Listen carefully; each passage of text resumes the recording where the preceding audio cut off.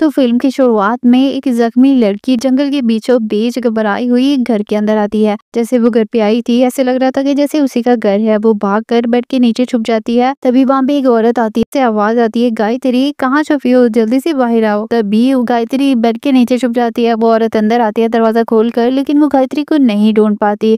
तभी वो बाहर चली जाती है और गायत्री ने सुख का सांस लिया, लेकिन ये का सांस कुछ ही लम्हे का था। उसी पल गायत्री के मुंह पे किसी अजीब से साए का हाथ दिखाई दिया और कोई अजीब सी चीज उसे घसीट कर जंगल में ले जाती है। सीन कट होता है और हमें दिखाया जाता है, सीन कट होकर हमें दो लोगों को चेस खेलते हुए दिखाया जाता है। यहाँ पर लड़की को तो हमें नहीं दिखाया जाता, लेकिन आदमी को हमें दिखाया जाता है। वो कहता है कि मिस गायत्री अपने काम में बहुत ज्यादा माहिर हैं, जाने इस काम में कितना टाइम लगेगा। तो सामने वाली लड़की कहती है अभी सब्र करो। तो वो आदमी कहता है कितना सब्र, 20 साल हो गए इंतजार करते हुए। ये लोग किस बारे में बात कर रहे थे ये भी नहीं बताया गया। खैर सीन कट होता है और हम डेवी को देखते हैं। डेवी इंटरनेट सप्लाई का काम करती है अपने घर चलाने के लिए।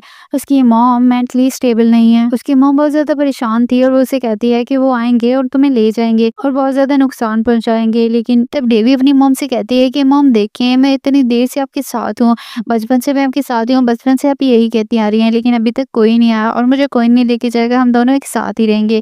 उसकी मॉम उसके भाई के लिए भी काफी परेशान होती है। तब डेवी अपने भाई को परेशानी में कॉल कर देती है। डेवी अब अपने भाई से कहती है कि तुम कहाँ हो। सीना बताता है कि मैं अपने बॉस धर्म के साथ हूँ और नाइट शिफ्ट कर रहा हूँ। हालांकि वो झूठ बोल रहा था, वो तो अपने बॉस की वाइफ के साथ था। वो ज्यादा पैसों के लिए ही काम करता था, लेकिन अब उसके बॉस की बीवी उसे कहती है कि तुम्हारे बॉस को सब कुछ पता चल गया, तो आज से ये काम नहीं होगा। सीना जब घर आता है तो डेवी उसे बहुत ज्यादा डांटती है, क्योंकि उसके हमेशा देर से आने से उसकी माँ की तबीयत खराब हो जाया करती थी। फिर सुबह होते ही डेवी अपने काम पे चली गई। उसे इंटरनेट कनेक्शन लगाना पुलिस स्टेशन में, तो पुलिस ऑफिसर मना कर देता है।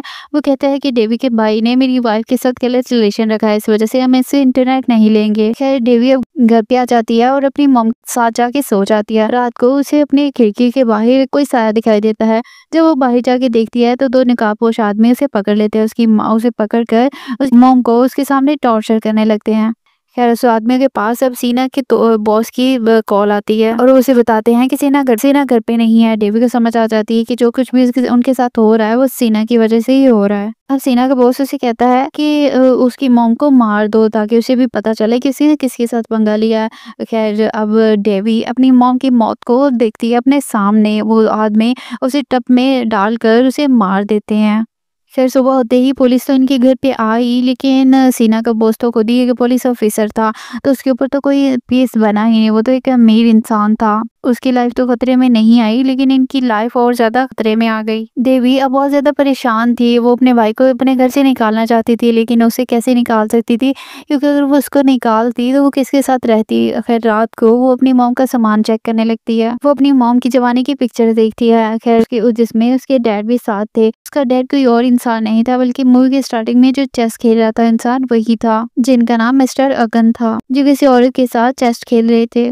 अभी वो ये सब चीजें देख ही रही थी कि वो अचानक से लाइट चली जाती है। जब वो कमरे से उठ के जाने लगती है उसे फील होता है कि उसके पीछे कोई बैठा है। वो पीछे मुड़ के देखती है तो उसकी मॉम थी जो कि वहां पे बैठी हुई थी। उसकी मॉम तो मर चुकी थी। वो बहुत ज्यादा डर जाती है, लेकिन जैसे ही लाइट आती है तो उसकी मॉम भी वहां से गायब हो जाती है। डेवी को लगता है शायद ये उसका कोई वहम होगा। अब दूसरे दिन दिखाया जाता है कि मिस्टर अगन यानी कि डेवी और सीना के डैड जो थे वो उनको मिलने के लिए आए थे। डेवी उससे कोई बात नहीं करना चाहती थी और मिस्टर अगन उनको लेने के लिए आए थे। डेवी बहुत ज़्यादा परेशान थी, क्योंकि उसकी डैड ने उन्हें काफ़ी अरसे पहले ही छोड़ दिया था। अब उन्होंने अकेले ही सर्वाइव किया था कि और बहुत ही मुश्किल से। सीना इस बात के लिए राज़ी हो जाता है कि वो अपने डैड के साथ जाएंगी, क्योंकि उनका डैड उनको लेने के लिए आया था। अब सीना ये सोचता है कि उसकी मॉम की उसकी वजह से जान चली गई और उसकी अब जॉब भी नहीं रही। अब वो अकेले सर्वाइव कैसे करेंगे। अब फिलहाल के लिए मिस्टर अगन वापस चले जाते हैं, सीना को ये कहते हुए कि तुम अपनी बहन का समझाना और मैं अब दोबारा से वापस आऊंगा। अब डेवी अपने रूम में चली जाती है सोने के लिए। अभी वो सोने की कोशिश कर ही रही थी कि उसे टैप की आवाज सुनाई दी। उसने सोचा कि शायद सीना ने टैप खुली छोड़ दी होगी। उसने एक टैप बंद की तो दूसरी टैप चलना शुरू हो गई। उसने दूसरी टैप बंद की तो उसकी एक और टैप की आवाज सुनाई दी। उसके साथ साथ उसकी मॉम की आवाज भी सुनाई दी, जो कि बहुत ज्यादा डर रही थी। वो जैसे ही वॉशरूम का दरवाजा खोलती है तो देखती है कि उसकी मॉम मॉम की लाश पानी में पड़ी हुई है। उसकी मॉम उसे कह रही थी कि डेवी मुझे बचा लो। वो जैसे ही पीछे मुड़ने की कोशिश करती है, दरवाज़ा बंद हो जाता है। तभी उसकी मॉम मुस्का के चेहरा पकड़ लेती है और वो काफ़ी भयानक लग रही थी और कहती है डेवी मुझे बचा लो। डेवी बहुत ज़्यादा डर जाती है और डेवी की इसी के साथ ही आँख खुल जाती है। हमें पता चलता है कि डेवी का ये ख्वाब था। तभी सीना भी उसकी चीख सुनते हुए कमरे में आता है और देखो डेवी ये घर हमारी मॉम की यादों से भरा हुआ है और हमें ये घर छोड़ देना चाहिए। डेवी की जैसी हालत थी वो भी इस बात के लिए मान जाती है। इनके डैड इनको लेने के लिए आ जाता है। खैर अब ये घर तक पहुंच जाते हैं। अंदर जाकर उसका इनकी डैड इनको मिस्टर एसटी से मिलवाते हैं, जो कि इनके घर की मेड थी और इनके घर को संभालती थी। अंदर जाकर वो अपनी ग्रैंड मदर से मिलती है। क्या नाम गायत्री था। ये वही गायत्री थी जिसको हमने मूवी के स्टार्टिंग में देखा था। इसके साथ इतना कुछ हुआ था लेकिन अभी भी वो जिंदा थी। फिर गाय इनको खाने के लिए कहती है और इनको बताती है कि हमारा जो सिस्टम है वो पीढ़ी दर पीढ़ी चलता है और हमारे घर का सिस्टम सारा औरतें ही संभालती हैं। अगर मैं मर जाऊंगी तो इसके बाद देवी तुम्हें संभालना होगा सब कुछ। रात को अब सहना इनके घर को एक्सप्लोर करने लगता है। एक्सप्लोर करते करते वो एक दीवार तक पहुंचता है जहाँ पे काफी चीजें काफी लोगों की तस्वीरें लगी हुई थी। कुछ तस्वीरों पे क्रॉस भी लगे हुए थे। वहीं पे एक दरवाजा था और वो दरवाजा काफी देर से नॉक हो रहा था, जोर जोर से खड़कने लगता है। अब सीना उस दरवाजे को खोलने ही वाला था कि वहां पे इससे पहले कि वो उसे खोलता, एसटी आकर उस रूम को लॉक कर देती है और वो कहती है कि ये इसकी ग्रैंड माँ का एक सीक्रेट रूम है और इसे खोलना मना है। फिर हमें डेवी को दिखाया जाता है जो कि गाने सुन रही होती है। उसे किसी की आवाज सुनाई देती है और वो अपना म्यूजिक बॉक्स बंद कर देती है। जैसे ही वो बंद करती है तो उसे वो खिड़की के पीछे कोई दिखाई देता है, कोई साया दिखाई देता है। जैसे ही वो देखती है तो वो उसकी मॉम होती है जिसका मुंह बहुत ज्यादा भयानक नजर आ रहा था। अब वो अपने ब्लैंकेट अपने ऊपर ले लेती है। लेकिन जैसे ही वो ब्लैंकेट को पीछे करती है तो उसकी मॉम टेढ़े मेढ़े अपने जिस्म के साथ उसके पास आ रही होती है। वो आहिस्ता-आहिस्ता से अपनी ब्लैंकेट ऊपर ले लेती है और दोबारा से उसको देखने लगती है। अब हम देखते हैं कि उसकी मॉम उसकी बेड के करीब आ गई थी और अब एंड पे हमने डेवी की चीख को सुना। अगली सुबह गायत्री डेवी और सीना को लेकर अपने अपने फार्म पे पहुंचती है। उसने डेवी को बताया कि कैटल फार्मिंग हमारा फैमिली बिजनेस है। डेवी ने पहली दफा किसी कैटल को ज़िबा होते देखा था। अब वो उसे ऐसा फील हो रहा था जैसे कि उस कैटल की जगह उसकी मॉम है और उसकी मॉम को कोई मार रहा है। वो बहुत ज्यादा डर जाती है। गायत्री यहाँ पे काम करने वाले एक याका नामी लड़के से देवी को मिलवाती है। का उसे काम सिखाने की कोशिश करता है। वो उसे बताता है कि पिछले काफी सालों से हमारा बिजनेस लॉस में जा रहा है। डेवी ने जब अपने बिजनेस की हिस्ट्री पढ़ी तो वो देखती है कि उसकी जो ग्रैंड माँ है गायत्री, वो पिछले 100 साल से इस बिजनेस को हैंडल कर रही है। क्या वो 100 साल की थी? क्या वो इतनी ज्यादा उनकी एज थी? हालांकि वो तो लगती ही नहीं थी। खैर हमें वो घर का सीन दिखाया जाता है जहाँ पे गायत्री और एसटी एक दूसरे से बात कर रहे थे। एसटी ने गायत्री को बताया कि इन दोनों के आ जाने से कैटल फार्म काफी अच्छा हो गया है। कैटल्स की सेहत भी अच्छी होने लग गई है, लेकिन आपकी सेहत बिगड़ती जा रही है। हमें अबॉर्ट डेथ नहीं करनी इनहेरिटेंस के प्रोसेस में। बाहर सीना ये सारी बातें सुन रहा होता है क्योंकि उनको इनकी बातें मशकूक लग रही थी। तभी एसटी को पता चल जाता है और वो बाहर चेक करने के लिए जाती है। तभी सीना चुप जाता है वहाँ पे। तभी सीना डेवी के पास आता है और उसे कहता है कि हमारी ग्रैंडपा बीमार है बहुत ज्यादा। यहाँ पे कुछ इनहेरिटेंस की भी बात चल रही थी, यहाँ कुछ अजीब होने वाला है। लेकिन डेवी उसे कहती है कि देखो हमारी ग्रैंडपा 100 साल से भी ज्यादा एज की है। 1935 से वो ये काम संभाल रही हैं, तो बूढ़े इंसान तो बीमार हो ही जाते हैं, ये एक नॉर्मल बात है। खैर सीना अब यहाँ से तो चला जाता है, लेकिन वो बाहर जाता है, वो देखता है कि उनके डैड से एक उनकी फैक्ट्री का सीक्रेटली मिलने के लिए आया हुआ है। खैर डेवी भी किचन में चाय बनाने के लिए जाती है। जब वो चाय बना रही होती है तो उसे विंडो में से किसी की अजीब सी आवाजें सुनाई देती हैं। जब वो जाके चेक करती है तो उसकी मॉम होती है वहाँ पे, लेकिन वो पीछे मुड़ के देखती है तो वहाँ पे एसटी होती है। वो अब उसे देखकर चीख मार देती है, लेकिन वो रिलैक्स हो जाती है। गायत्री से एसटी उसे कहती है कि तुम्हें क्या हुआ। उल्टा वो उसी पे सवाल कर देती है। वो उससे पूछती है कि क्या ग्रैंडपा 1935 से इस फैक्ट्री में काम कर रही हैं। तब एसटी उसे कहती है हैरान होकर कि तुम्हें ये बात किसने बताई। तब वो कहती है कि मुझे याका ने ये बात बताई है। तब एसटी उसे कहती है कि तुम किसी की भी बातों पे यकीन मत करना। तुम्हारी ग्रैंडपा और तुम्हारे डैड से बहुत ज्यादा लोग परेशान रहते हैं और उनसे बहुत ज्यादा लोग जेलस होते हैं, इसलिए उनके बारे में इस तरह की गलत अफवाहें फैलाते रहते हैं। एसटी अब भागकर गायत्री के पास आती है और उसे बताती है कि हमारे पास और अब टाइम नहीं है याका, और अगर ने अपना प्लान शुरू कर दिया है। 20 साल गुजर चुके हैं और हमारे पास अब बहुत ज्यादा टाइम नहीं है। एसटी उसे कहती है कि हमें अपना काम जल्दी खत्म करना होगा, लेकिन गायत्री उसे कहती है कि नहीं, अभी मुझे 2 दिन और चाहिए। आखिर यहाँ क्या खिचड़ी पक रही थी, यहाँ ये बात तो हमें लास्ट में ही पता चलेगी। यहाँ याका को पता चलता है कि ऑफिस से आज छुट्टी है। यहाँ गायत्री ने अपने बच्चों के आने की खुशी में एक डिनर प्लान किया। यहाँ याका अलर्ट हो गया और मिस्टर अगन को कॉल किया कि गायत्री ने अपना प्लान शुरू कर दिया। इसके बाद सीना को उसके डैड लेने के लिए आते हैं। उसके डैड कहते हैं कि गाड़ी में तुम्हारे लिए एक ट्रंक रखा हुआ है, उसको आज नहीं बल्कि कल खोलना, और गाड़ी भी तुम ही चलाओगे। उससे पहले मुझे तुमसे एक वादा चाहिए। ये वादा क्या था इसके बारे में हमें नहीं बताया जाता। तब डेवी को हमें दिखाया जाता है जो कि अपने वॉशरूम में खड़ी ब्रश कर रही होती है। पीछे शीशे में एक ब्लैक चीज को नोटिस करती है। वो डर गई और उसने पीछे मुड़ के देखा तो वहाँ पे एसटी थी, जो कि उसे कहती है कि आपकी ग्रैंड माँ ने आपको बुलाया है। मेनवाइल हम देखते हैं कि एसटी और मिस्टर अगन दोनों ही चेस खेलने में लग गए हैं।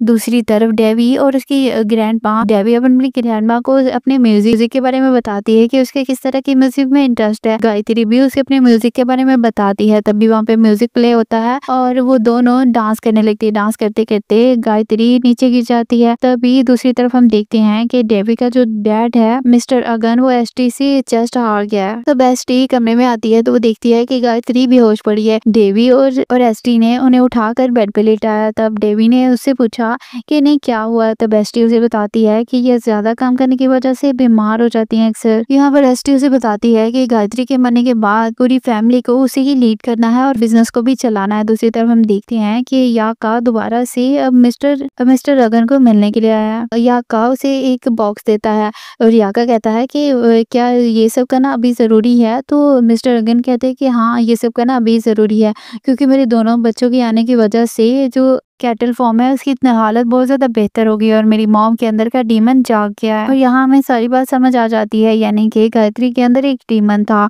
जो कि अब गायत्री के मरने के बाद डेवी में आ जाएगा। ये एंटिटी सिर्फ औरतों में ही जाती थी, इस वजह से गायत्री के मरने के बाद वो डीमन डेवी के अंदर आ जाएगा। यानी कि इसी वजह से डेवी को बार बार वो डीमन नजर आता था, यानी कि उसकी मॉम की शक्ल में। डेवी जब से यहाँ पे आई थी तब से डेवी गायत्री के अंदर का जो डीमन था वो उसे खाने के लिए लगा था। यानी कि उसे अब एक जवान बॉडी चाहिए थी, तो वो डेवी की बॉडी में जाना चाहता था। इसी वजह से गायत्री बीमार रहने लगी थी।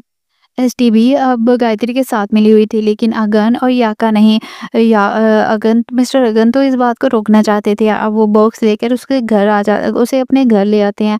अब वो देखते हैं कि उसके अंदर एक चाकू रखा हुआ है, उसके अंदर काफी सारी तस्वीरें भी हैं। वो अपनी मॉम की और अपनी तस्वीरें देखता है। अब वो यहाँ हमें पता चलता है कि वो अपनी मॉम को पोजेस हालत में मारना चाहता था ताकि उसकी मॉम के साथ वो डीमन भी मर जाए, ताकि डेवी और सेना को कुछ ना हो। इससे पहले कि वो कुछ कर पाता, एसटी उसे आकर गले में स्टैब करके उसे पहले ही मार देती है और उसे दूर कहीं खींच के ले जाती है। खैर सुबह होते ही हम याका को देखते हैं जिसे मिस्टर अगन ने मैसेज किया था, मिलने के लिए बुलाया था। जब वो आते हैं वहाँ पे, जब वो वहाँ पे आता है तो वो देखता है कि मिस्टर अगन की वहाँ पे लाश लटकी हुई है। अब याका वहाँ पे आता है तो लोग भी वहाँ पे काफी सारे जमा हो जाते हैं। वो याका को उसके कत्ल का इल्जाम डाल देते हैं कि उसने ही सारा कुछ किया। याका वहाँ से अपनी जान बचाकर भागता है। तभी वहाँ पे डेवी और सीना भी आ जाते हैं। वो भी कुछ नहीं पूछ पाते, लेकिन वहाँ से चला जाता है। याका वहाँ से भाग जाता है। अब वो अंदर आते हैं तो वो देखते हैं कि उनकी डैड मर चुका है। अभी वो अपनी मॉम की गम से बाहर नहीं निकल रहे थे कि अभी उनका डैड भी मर गया था। तब सेना डेवी को कहता है कि हमें यहाँ से चले जाना चाहिए, लेकिन डेवी नहीं मानती है। वो कहती है कि नहीं, हम यहाँ से नहीं जाएंगे। अभी वो ऊपर ही जा रहा होता है कि एसटी आती है और उसे बताती है कि ये सब याका ने किया। अभी वो उसे बात कर ही रहा था कि उसे किसी अननोन नंबर से मैसेज आते हैं, उसे किसी ने अकेले मिलने के लिए बुलाया था। सीना भी वहाँ से चला जाता है और डेवी अपनी मॉम और डैड की तस्वीर लेकर फूट फूट के रोने लगती है। तब वो पीछे देखते हैं तो उसकी मॉम बैठी होती है। तब डेवी को अपनी मॉम असली हालत में दिखाई देती है। वो जाकर उसके पास जाती है और वो कहती है कि मॉम आप क्यों चली गई, मुझे आपकी जरूरत है, मैं आपको बहुत ज्यादा याद करती हूँ। वो अपनी मॉम के गोद में सर रखकर रोने लगती है, लेकिन हमें दिखाया जाता है कि वो उसकी मॉम नहीं बल्कि वही डीमन है जो उसे पोजेस करने की कोशिश कर रहा था, जो कि उसके अंदर आना चाहता था। दूसरी तरफ हमें दिखाया जाता है कि सीना को किसी और नहीं बल्कि याका नहीं बुलाया था, जो कि उसको हकीकत बताने की कोशिश कर रहा था। लेकिन सीना उसकी कोई बात नहीं मानता, क्योंकि उसे यही लग रहा था कि शायद उसके डैड को उसी ने मारा है। उसे वो जोर जोर से चाकू से मार देता है। इससे पहले कि उसे मारता, वो मरने ही वाला था। याका उसे कहता है कि तुम जाकर अपना ट्रंक खोलो। तभी सीना को एहसास होता है कि शायद उसने गलत कर दिया है। जाके वो ट्रंक खोलता है। अब वो जाके वो ट्रंक खोलता है तो वो देखता है कि उसके अंदर एक बुक थी जिसमें वो रिचुअल लिखा हुआ था जो कि उसकी फैमिली काफी अरसे से करती आ रही थी और अभी भी कर रही थी। दूसरी तरफ हम देखते हैं कि देवी अपने ग्रैंडमदर के पास आती है और उसे कहती है कि मुझे काफी ज्यादा डरावनी चीजें दिखाई दे रही है। मुझे लगता है कि मुझे मेरी मॉम दिखाई देती है। काफी अरसे से वो मुझे डरावनी शक्लों में नजर आ रही है। गायत्री उसे कहती है कि क्या तुम अपनी मॉम से मिलना चाहती हो? तो मुझे एक तरीका आता है लेकिन वो काफी सख्त तरीका है। लेकिन देवी उसे कहती है कि कोई बात नहीं, जितना भी सख्त हो मैं अपनी मॉम से मिलना चाहती हूँ। हाथ पे कट लगाया। देवी को भी कहा कि अपने हाथ पे कट लगा ले। तब देवी भी अपने हाथ पे कट लगा लेती है और दोनों अपने हाथ को मिला लेती हैं। दूसरी तरफ सीना ये पढ़ रहा था कि ऐसा करने से डीमन दूसरे जिस्म में चला जाता है। यानी कि ये रिचुअल ऐसा भी होता है जबकि एक पीढ़ी में कोई नई लड़की आती है। यानी कि अब देवी आ चुकी थी। सीना को अब ये सारा कुछ समझ आ गया था कि उसकी बहन की जान खतरे में है। उसने ये भी पढ़ा था कि उसकी ये सब करने के बाद उस लड़की के भाई को सेक्रीफाइस के तौर पर मार दिया जाता है। उसे अपनी मौत की परवाह नहीं थी लेकिन उसे अपनी बहन की परवाह थी। वो पागलों की तरह घर पे आकर देवी को ढूंढने लगता है कि उसकी बहन उसे कहीं पे मिल जाए। उसके कमरे में जाकर देखता है तो वहाँ पे देवी नहीं होती। वो दूसरे कमरे में देवी को चेक करने के लिए जाता है जहाँ पे काफी ज्यादा सारा खून पड़ा हुआ था और देवी बेहोश पड़ी थी और देवी को उठाता है और गाड़ी में ले जाने लगता है। तभी पीछे से एसटी वहां पे आकर उसे बेहोश कर देती है और वो दोनों बेहोश हो जाते हैं। जब उन्हें होश आता है तो वो व्हाइट कलर के कपड़ों में थे। यहाँ पर हमें पता चलता है कि एसटी दरअसल गायत्री की सर्वेंट नहीं थी बल्कि वो डीमन की सर्वेंट थी। वो डीमन के लिए ही काम करती थी और वो अपने डीमन का रिचुअल पूरा करने वाली थी। सीना को सेक्रीफाइस करने वाली थी। अब देवी को समझ नहीं आ रही थी कि एसटी क्या कर रही है। अब उसे ये पता चल रहा था कि एसटी के हाथ में एक चाकू है। उसे जाकर उसके भाई के गले पे स्टैब कर दिया। उसका सारा खून उसके गले से निकाल दिया और वो लाकर देवी को जबरदस्ती पिला दिया। तभी हम देखते हैं कि गायत्री भी वहाँ पे आ चुकी थी और काफी सारी और भी औरतें वहाँ पे आ चुकी थी। ये सारी औरतें इन्हीं के खानदान की थी और सारी औरतों को डीमन ने ही पोजेस किया था और अपना गुलाम बनाया था। गायत्री उसकी मॉम की इस हालत में आ जाती है। देवी उसको देख के इमोशनल हो जाती है। तभी उसकी मॉम एक धुएं की शक्ल में उठ जाती है और वो देवी के ऊपर अपना कब्जा जमा लेती है। यानी कि वो अब कमजोर हो चुकी थी तो रिचुअल भी पूरा हो गया था। यानी कि अब देवी के ऊपर उस डीमन का पूरी तरह से कब्जा था और बस यही दिखाते हुए कि मूवी एंड हो जाती है।